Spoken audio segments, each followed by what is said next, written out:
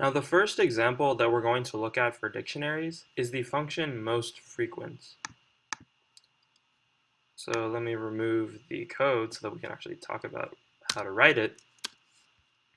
Now the function mostFrequent returns the most frequent element in L, and for this example we're going to say that if there's any ties we can return whichever one we like. Now in order to solve this problem, essentially what we need to do is figure out how many times each element actually appears in the list L. Now, one way to do this is to loop through the list L as a list, and for each element, get the count of that element, and then just get the one with the highest count. However, an easier way that we can do this using dictionaries is to essentially build up a dictionary which maps elements inside of L as keys to the number of times that they occur. So, for example, if we did most frequent of 42, then the dictionary we would want is 42 maps to 1, because 42 appears once. In this example, we see that 2 appears once, so 2 would map to 1. However, notice how 3 appears 1, 2, 3, 4 times. So there would be 3 mapping to 4. And then whatever else would go inside. So essentially what we want to do is build up this dictionary and keep track of the most frequent element as we go. So what we're going to need to do is make a dictionary, so let's call it counts, make it an empty dictionary. We'll say the most frequent lm is equal to none, and the num of most frequent equals to none. So essentially, this will keep track of the actual number of times that that element reappears, and this will be the element itself. So what we have to do is just essentially loop through the elements. So we'll say for lm in L.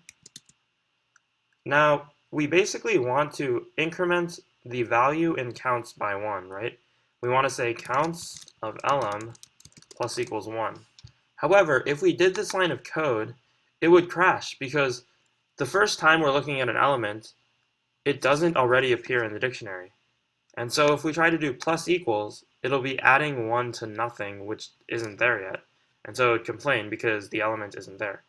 So what we really want to do is say, if lm is not in the dictionary, then we say count of lm equals 0.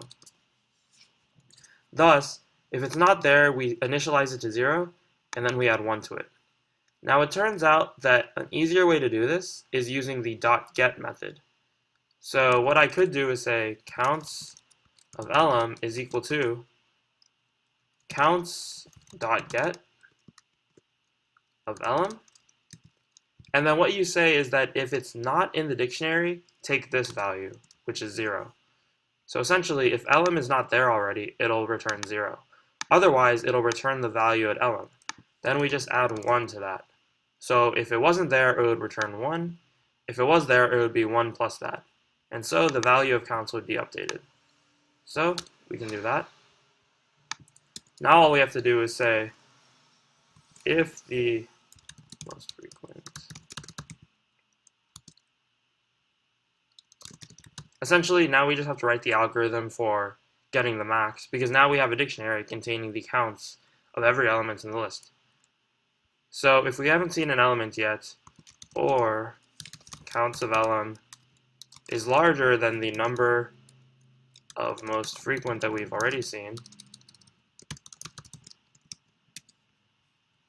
then we essentially say that we've seen a new most frequent.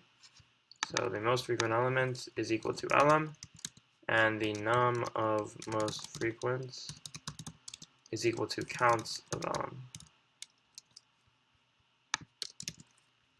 And then after we loop through the entire list, we just return the actual element. So most frequent lm. So now if we run it, we got an error because